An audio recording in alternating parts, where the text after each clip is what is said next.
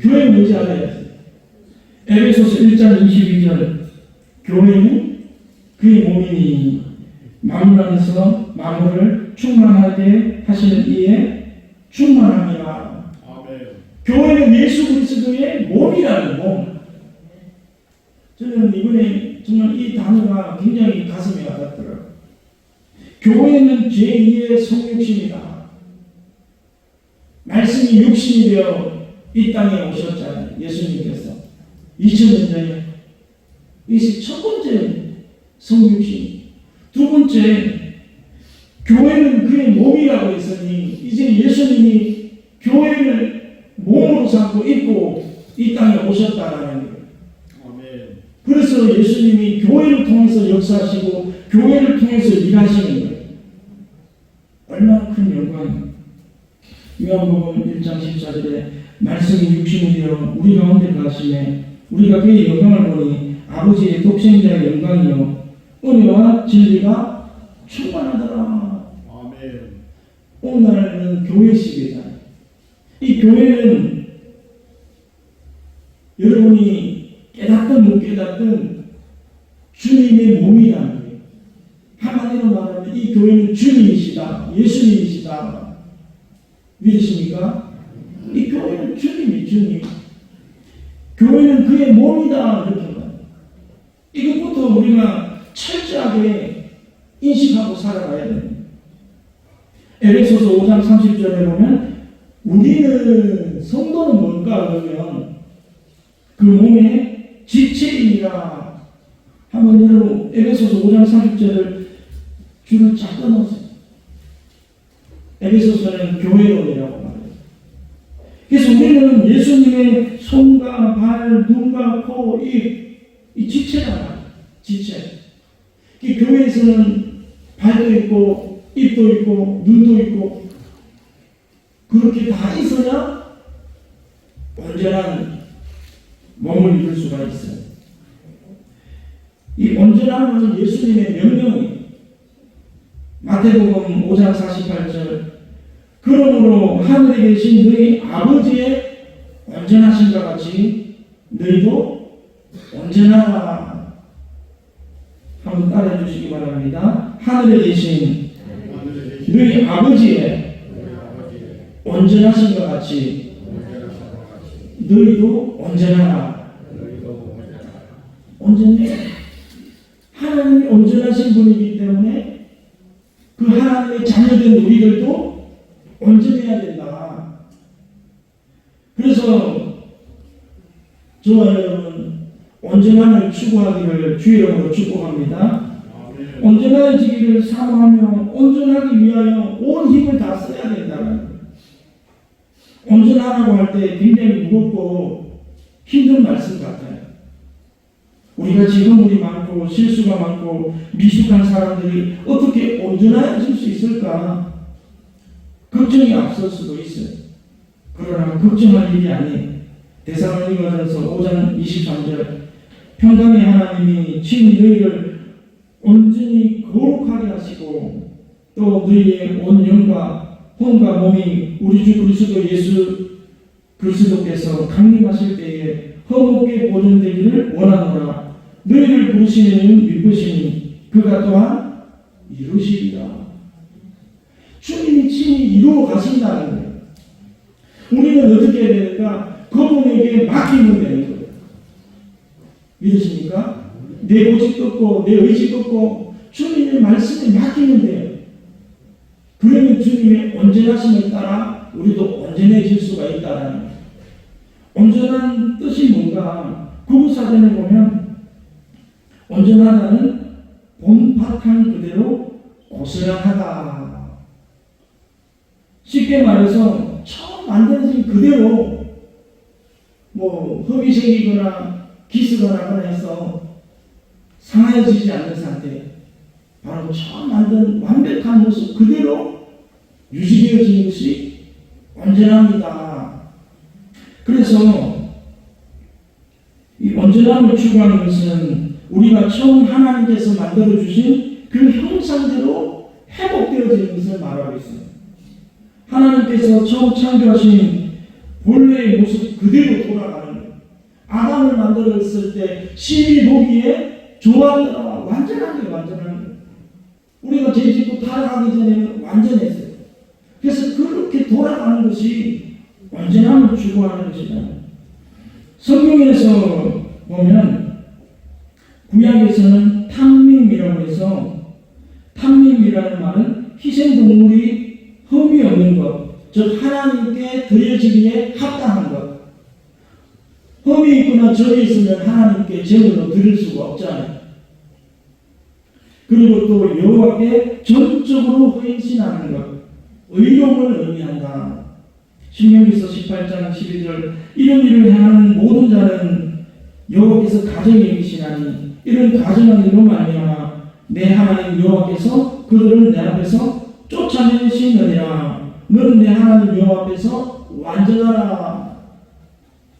가나안 땅에 7 부족들이 동성애를 하고 또 만몬신을 섬기고 자기 자녀를 제물로 삼아서 인신 그 제물을 드리고 이러한 가증한 일들을 했다라는 거예요. 그런 일을 하지 말고 너는 여호와 앞에 완전하라, 온전하라 이렇게 말씀합니다. 그래서 성결을 유지하는 것이죠. 그리고 신약 시대에는 이 성숙하다, 성장하다 이런 뜻이 있어요. 고린도전서 14장 20절에 형제들아 지혜는 아이가 되지 말고 악에는 어린아이가 되라. 지혜는 장성한 사람이 되라. 이렇게 합니다. 그리고 오늘 에베소서 4장 15절에도 범사에 그에게까지 자라가라 이렇게 말씀합니다. 예수 그리스도의 형상을 완전히 본받아서 예수 그리스도의 모습까지 자라가는 거예요. 마태복음 5장 17절 내가 율법이나 선지자를 폐하려 온 줄로 생각하지 말라. 폐하러 온 것이 아니요 완전하게 하라니라. 주님께서 주신 이 율법을 온전하게 이루게 하기 위해서 주님이 오셨다는 거예요. 그래서 예수님의 제자들이 진정으로 율법과 선지자들을 완전히 하신 분, 그 예수님을 따라가야 된다. 바로 이것이 온전합니다. 이렇게 말합니다. 그래서 교회가 추구해야 하는 것이 이 온전합니다. 이렇게 말씀하고 있어요. 온전함. 이 땅에 온전하신 분은 예수님 한 분밖에 없는 분이 있습니다. 예수님만이 온전한, 흠도 없고 점도 없는 분. 그래서 그분을 온전히 따르는 것이 온전함에 이르는 유일한 길이다. 히브리서 12장 2절에 믿음의 주요 또 온전하게 하시는 이 예수를 바라보자. 그는 그 앞에 있는 기쁨을 위하여 십자가를 참으사 부끄러움을 개의치 않으시다니 하나님 보좌 우편에 앉으셨느니라. 우리가 천국 가는 길도 예수님밖에 없다라는 거예요. 믿으십니까? 다른 길은 없어요.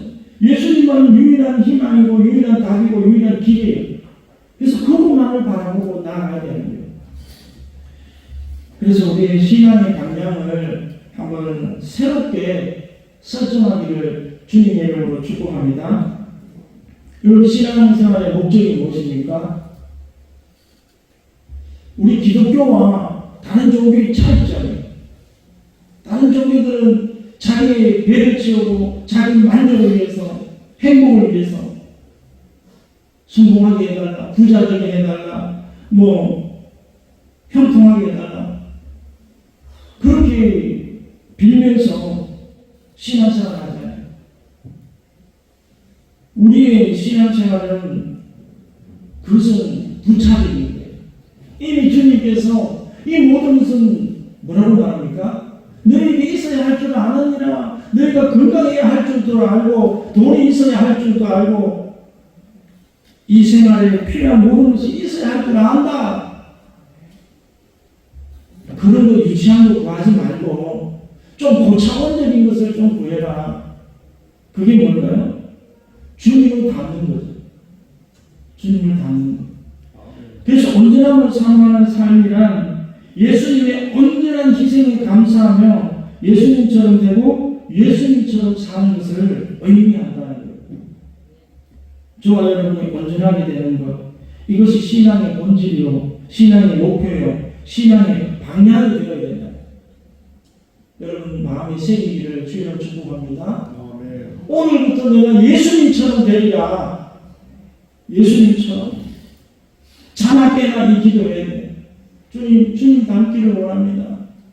만세전에 우리를 택하시고 부르시고 예정하신 그분이 뭐라고 말합니까? 로마서 8장에 만아들의 형상을 본받게 하려 함이라. 우리가 세상 가운데 부름받은 것은, 선택된 것은 만아들의 형상을 본받게 하기 위하여 주님이 불러주셨다라는 거예요.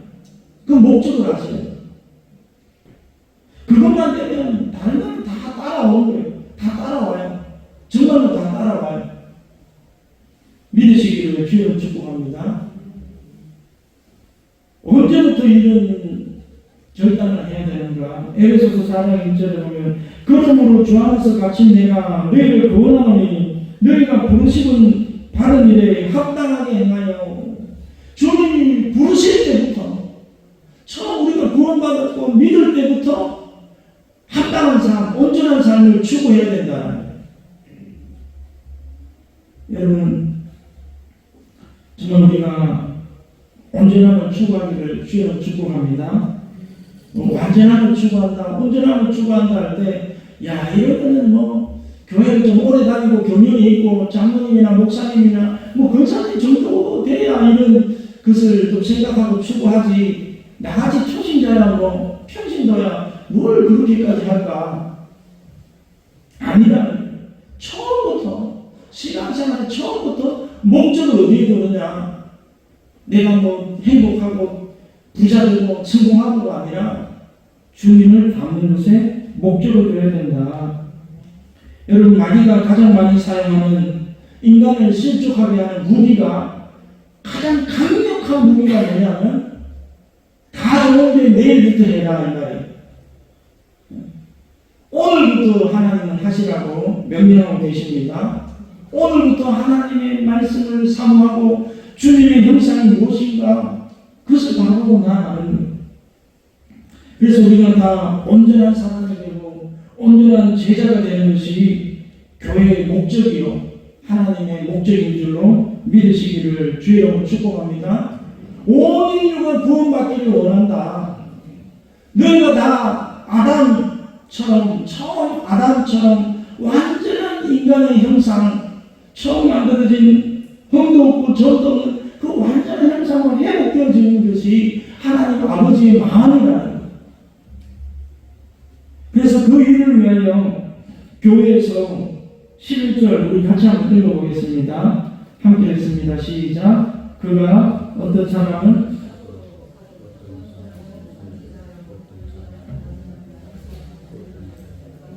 교사로 삼으셨으니, 바로 하나님께서는 말씀을 전하는 직분자를 세우고 또 모든 사람에게 은사를 주셨다는 거예요. 뭘 주셨다고요? 은사. 여러분에게 은사를 주셨어요. 찬양의 은사, 성김의 은사, 지혜의 은사, 여러 가지 은사를 주시고, 이 은사를 주시면 교회를 유익하게 하며 그리스도의 몸을 세우게 하십니다. 그리스도의 몸을 세우게 합니다. 12절에 보면 이는 성도를 온전하게 하여 봉사 일을 하게 하며 그리스도의 몸을 세우게 하십니다. 여러분, 봉사 일을 하셔야 돼요.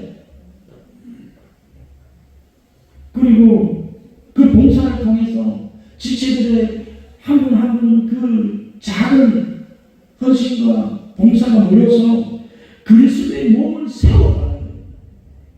예수님의 몸이 온전해야 되잖아요. 그래서 저와 여러분을 교회로 부르신 목적이 그리스도의 몸을 세우게 합니다. 그래서 이 일을 하는 데 있어서 기준과 기초가 있습니다. 이 기준이 뭐냐? 13절에 보면 그리스도의 장성한 분량이 충만한 데까지 이르리니, 15절에 봉사에 그에게까지 자랄지라. 그럼 그 머리니 곧 그리스도라. 온전함의 기준이 뭐라고요? 예수님입니다. 예수님. 다른 기준을 두면 안 돼요. 그리고 기초가 뭐냐? 우리 7절, 8절을 같이 한번 읽어보겠습니다. 에베소서 4장 7절, 8절. 우리 각 사람에게 그리스도의 선물을 분량대로 은혜를 주셨나니 그러므로 이르기를 그가 위로 올라가실 때에 사로잡혔던 자를 사로잡으시고 사람들에게 선물을 주셨다 하였도다.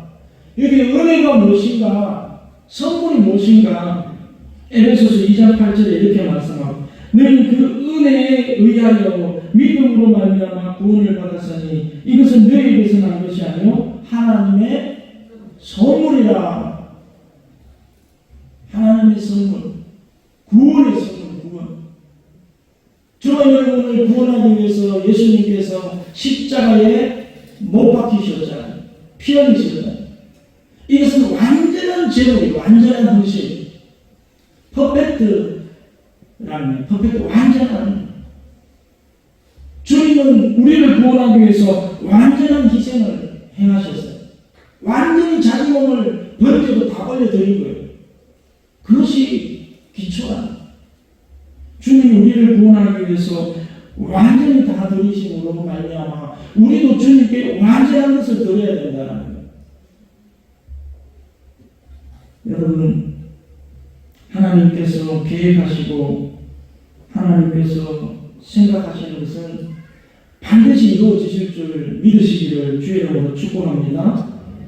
하나님은 완전한 구원을 이루어주시고 또 우리를 온전히 하나님 품으로 인도하기 위해서 성령을 우리에게 보내주셨잖아요. 완전한. 그러므로 이것이 우리의 기초가 되는 온전함의 기초. 성령이 우리를 도우시는 거예요. 주님의 은혜가 우리를 이끌어가는 거예요. 그러므로 우리가 주님께 맡기고 순종하면 되는 거예요. 무엇을 사모하는가? 온전함을 추구하고 기도하기를 주의 이름으로 축복합니다. 왜 온전함을 잘 이루어가지 못하는가? 방향을 잘못 설정하고 있기 때문에. 신앙생활 방향을 주님의 온전함, 교회를 세우는데 두어야 되는데 개인적인 것에 두기 때문에. 그리고 그 기준을 주님께 두지 않고 사람에게 두기 때문에. 여러분, 사람에게 두면 자꾸 비교하잖아요. 내가 아무리 부족하더라도 그래도 나보다 부족한 사람들도 많아. 그래도 저 사람보다 내가 조금이라도 낫지. 막 그러면서 자기 자랑하고 자기 만족에 빠져가지고 그렇게 살아가면 온전하게 이룰 수가 없어요. 고린도전 후서 10장 12절 우리는 자기를 칭찬하는 어떤 자와 더불어 감히 짝하며 비교할 수 없느냐. 그러나 그들이 자기로서 자기를 대하고 자기로서 자기를 비교하니 지혜가 없도다. 자기 자신을 바라보면서 이만하면 되지 뭐. 야, 나 정도만 해봐라. 자기를 기준으로 삼고 자기를 헤아리고 자기와 비교하면 뭐라고 말합니까? 지혜가 없도다. 어리석은 사람이야. 여러분, 우리의 기준은 어디에 두라고요? 예수님께 두, 예수님께. 예수님께 두다 보면요, 평생을 달려가도, 평생을 몸부림치고 달려가도 그것이 이룰 수는 없어요. 그러나 그렇게 되려고 노력하는 거예요.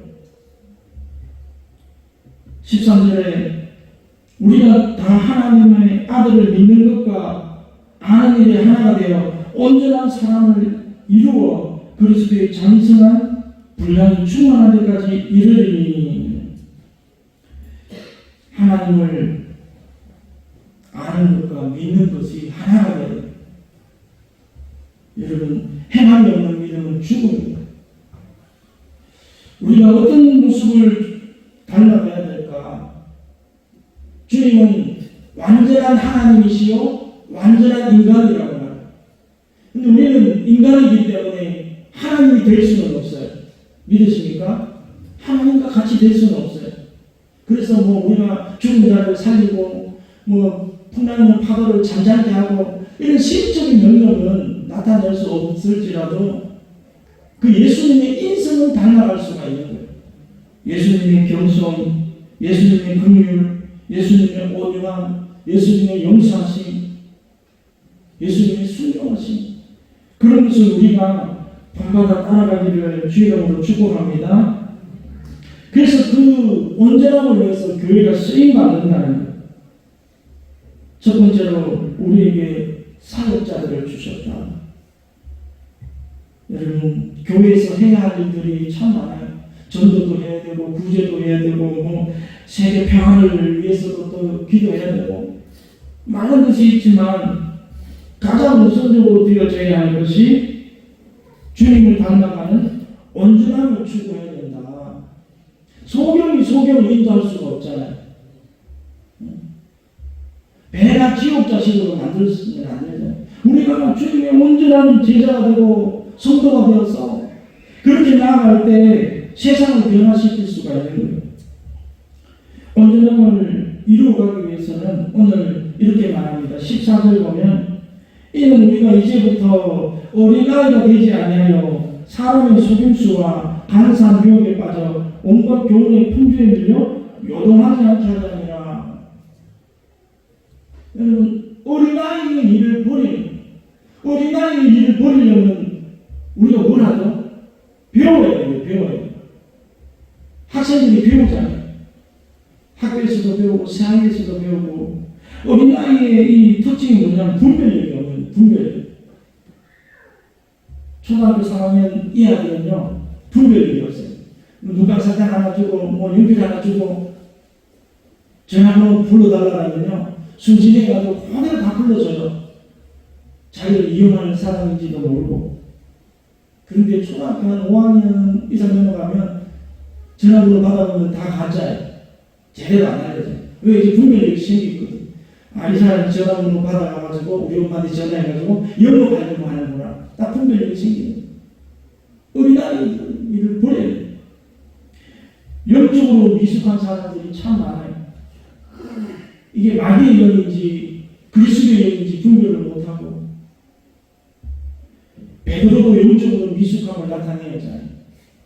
호언장담을 했어요. 죽는 데까지 주님을 따라가겠습니다. 저는 절대로 예수님을 배반하지 않습니다. 그렇게 호언장담하고 맹세했는데 예수님이 잡혀서 그 뜰에서 고문을 받을 때 새벽 미명에 다 울기 전에 벌써 3번이나 부인하고 계집종 앞에서 저주까지 하면서 예수님을 부인하죠. 이것이 연약함, 어린아이. 여러분, 우리가 완전함을 어떻게 이룰 수 있을까? 배워야 돼요. 여러분, 유아기, 아동기, 뭐 청년기 이런 걸 거치듯이 영적으로도요. 초신자반, 뭐 학신반, 또 제자반, 사역자반 이런 것을 우리가 계속 배워나가야 된다. 믿으십니까? 그래서 제가 꿈꾸는 게 그거예요. 우리 교회에 이제 교육 프로그램을 좀 도입해야 되겠다. 그래서 여러분 다 배웠다 그러지 마시고 저와 여러분 다시 한번 배워가면서 이 일을 이루어가기를 주의로 축복합니다. 저도 끊임없이 배우는 거예요. 목사라고 다 하는 게 어디 있겠어요? 신학교에서 배운 것은 뭐 기초 중에 기초예요. 이 목회라는 게 종합예술 같아요. 배워야 될 게 얼마나 많은지 몰라요. 그래서 여러분들도 교회에서 이제 하지 않으면 여러분 순종해 주시기를 주의로 축복합니다. 여러분 온전함에 이르는 길은 하나님의 말씀에 순종하는 것밖에 없어요. 가나 혼인잔치에 포도주가 떨어졌을 때 예수님의 어머니 마리아가 하인들에게 뭐라고 말합니까? 그의 어머니가 하인들에게 이르되 너희에게 무슨 말씀을 하시든지 그대로 하라. 우리의 생각을 넣으면 안 돼. 하인들이 아니 어떻게 물이 포도주가 됩니까? 우리가 이렇게 했다가 뭐 뺨 맞으면 어떡합니까? 그렇게 묻지 않으면 그대로 순종하는 거예요. 예수님의 닮아가는 유일한 길이 순종이다. 저와 여러분 순종이 우리에게 부담이 되거나 짐이 되는 게 아니에요. 한번 따라해 주시기 바랍니다. 순종은 축복이다. 오늘날 이 순종이라는 단어를 꺼내들면 아니 우리 목사님이 왜 중세 시대에 고리타분한 그런 골동품을 꺼내드느냐, 요즘 시대에도 순종을 말하는가, 막 그렇게 말할 수가 있는데, 그래서 교회에서 순종이라는 단어가 사라진 것 같아요. 여러분, 순종은 아무리 시대가 흘러도 그리스도에게는 반드시 필요한 단어예요. 이 순종을 통하여 주님의 온전함을 이룰 수 있기 때문에 순종은 축복이다. 순종은 축복이에요. 여러분, 예수님께서 하나님 아버지께 죽기까지 복종하셨잖아요. 그러므로 우리가 있는 거예요. 그러므로 우리가 구원을 받을 수가 있었던 거예요. 죽기까지 복종하신 거예요. 그래서 그리스도의 영과 마귀의 영을 어떻게 구별하는가? 그리스도의 영은 순종이에요. 믿으십니까? 순종. 하나님의 자녀는 순종아, 순종. 순종을 배우는 거예요. 마귀의 영은 불순종과 하나님을 대적하여서 보좌 위에 높아지려고 하나님을 대적하는 불순종하는, 이게 마귀의 영이죠. 아담이 왜 넘어갑니까? 마귀에게 유혹당해가지고 불순종하는 거예요. 여러분, 우리는 순종의 자녀요 하나님의 자녀가 되기를 주의 이름으로 축복합니다. 순종할 때 축복이 따라오는 거예요. 그래서 교회가 온전함을 위해서 어떻게 쓰임받는가? 16절에 그에게서 온몸이 각 마디를 통하여 도움을 받음으로 연결되고 결합되어서 각 지체의 분량대로 역사하여 그 몸을 자라게 하며 사랑 안에서 스스로 세우느니라. 그가 예수 그리스도께서 이 교회의 각 기관과 부서와 모든 지체들에게 생명을 공급한다는 거예요. 어디서 공급을 해요? 교회에서. 다른 데에서는 예수님의 생명을 공급받을 길이 없어요. 하나님의 은혜와 하나님의 사랑과 하나님의 모든 생명을 이 그리스도의 몸된 교회에서 받는 거예요. 믿으시기를 주의로 축복합니다. 그래서 요한복음 15장 4절에 내 안에 거하라 나도 너희 안에 거하리라. 가지가 포도나무에 붙어있지 않으면 스스로 열매를 맺을 수 없는 같이 너희도 내 안에 있지 않으면 그러하리라. 우리는 교회 안에 주님의 몸인데 교회는 그의 몸이다. 교회 안에 붙어 있어야 돼요. 기술이 들어와야 돼요. 순종해요, 순종. 그 말씀 안에 거하는 것이 바로 주님 안에 거한다는 말. 오늘날에는 적용이라는 말을 많이 하는데 이 적용을 다른 말로 하면 순종이에요, 순종. 그 말씀은 순종하는 순종. 여러분, 적극적으로 교회에 순종하기를 주님의 이름으로 축복합니다. 뭐 하자면 동참하셔야 돼요. 그게 주님에게 동참합니다. 그래서 온전해지는 거예요. 주님의 생명이 여러분에게 공급되어져야 된다. 그래야 세상 가운데서 세상을 이기고 우리가 세상을 정복하고 하나님의 영향을 드러낼 수가 있잖아요. 왜 예배가 중요한가? 하나님의 은혜를 공급받고 에너지를 공급받고 힘을 얻는 것이 예배예요. 여러분, 어려운 일이 아니에요. 주님이 완전한 희생, 완전한 헌신으로 저와 여러분을 구원해 오고 하나님의 자녀를 삼았듯이 여러분, 주님께서 우리에게 너희 하나님 아버지께서 온전하신과 같이 너희도 온전하라고 이렇게 명령하셔서 온전함을 추구하기를 주의 이름으로 축복합니다.